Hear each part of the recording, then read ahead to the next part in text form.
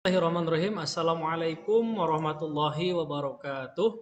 Bertemu lagi dengan pelajaran PPKN bersama Bapak Tony Rifai. Hari ini Bapak akan melanjutkan pembahasan PKN, yaitu pembahasan yang ketiga, yang mana setelah kita membahas materi pembahasan yang kedua yang sudah Bapak bahas di video sebelumnya. Langsung saja kita masuk ke pembahasan materi yang ketiga. Pembahasan ketiga, PPKI Panitia Persiapan Kemerdekaan Indonesia. Di sini ada PPKI dipimpin oleh Insinyur Soekarno, wakilnya Dr. Andes Muhammad Hatta, dan penasihatnya adalah Ahmad Subarjo. Adapun anggotanya bisa dilihat ya di sini, dan ini juga anggota lanjutannya. Oke, selanjutnya ada proses penetapan dasar negara dan konstitusi negara. Yang pertama di sini pada tanggal 18 Agustus 1945, PPKI mengadakan sidangnya yang pertama, menghasilkan keputusan sebagai berikut. Yang pertama, menetapkan Undang-Undang Dasar 1945. Yang kedua, memilih presiden dan wakil presiden yaitu Insinyur Soekarno dan Muhammad Hatta. Yang ketiga, membentuk Komite Nasional Indonesia Pusat atau disebut KNIP ya. Lanjut. Selanjutnya ada perbedaan dan kesepakatan yang muncul dalam sidang PPKI ya. Pada sidang pertama PPKI, rancangan undang-undang hasil kerja BPUPKI dibahas kembali. Pada pembahasannya terdapat usulan perubahan yang dilontarkan kelompok Hatta. Mereka mengusulkan dua perubahan. Pertama, berkaitan dengan sila pertama yang semula berbunyi ketuhanan dengan kewajiban menjalankan syariat Islam bagi pemeluk-pemeluknya diubah menjadi ketuhanan yang Maha Esa.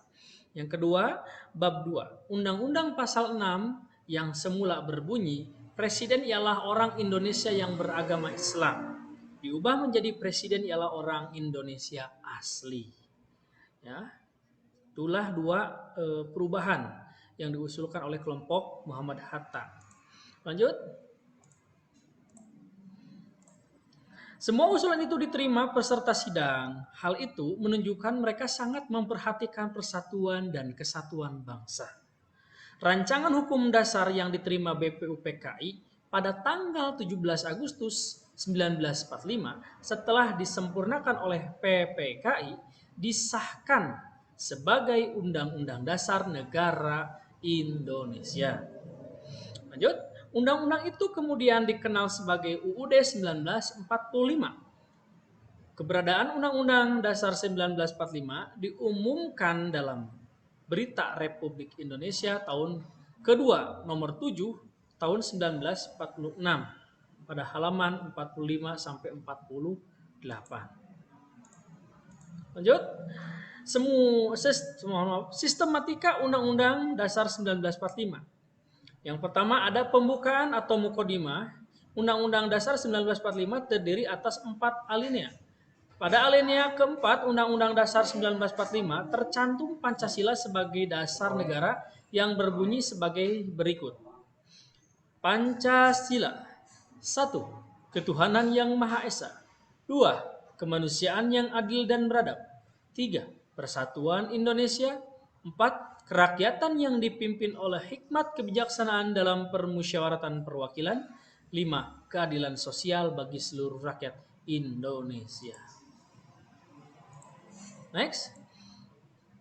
Sistematika Undang-Undang Dasar 1945 lanjutan. Ada batang tubuh Undang-Undang Dasar 1945 terdiri atas 16 bab, 37 pasal, 4 pasal aturan peralihan, dan 2 ayat aturan tambahan. Penjelasan Undang-Undang 1945 terdiri atas penjelasan umum dan penjelasan pasal demi pasal. Itu saja mungkin yang dapat Bapak sampaikan dalam pertemuan video lanjutan yang ketiga ini. Semoga yang Bapak sampaikan bisa dipahami, bisa dimengerti oleh kalian semua yang menonton video pembahasan dari Bapak ini. Kurang lebihnya mohon maaf, itu pembahasan dari pelajaran PPKN dari pembahasan pertama, kedua, dan sampai yang terakhir yang itu adalah yang ketiga untuk yang hari ini Bapak telah sampaikan. Itu saja. Terima kasih. Wabillahi taufiq wal hidayah. Wassalamualaikum warahmatullahi wabarakatuh.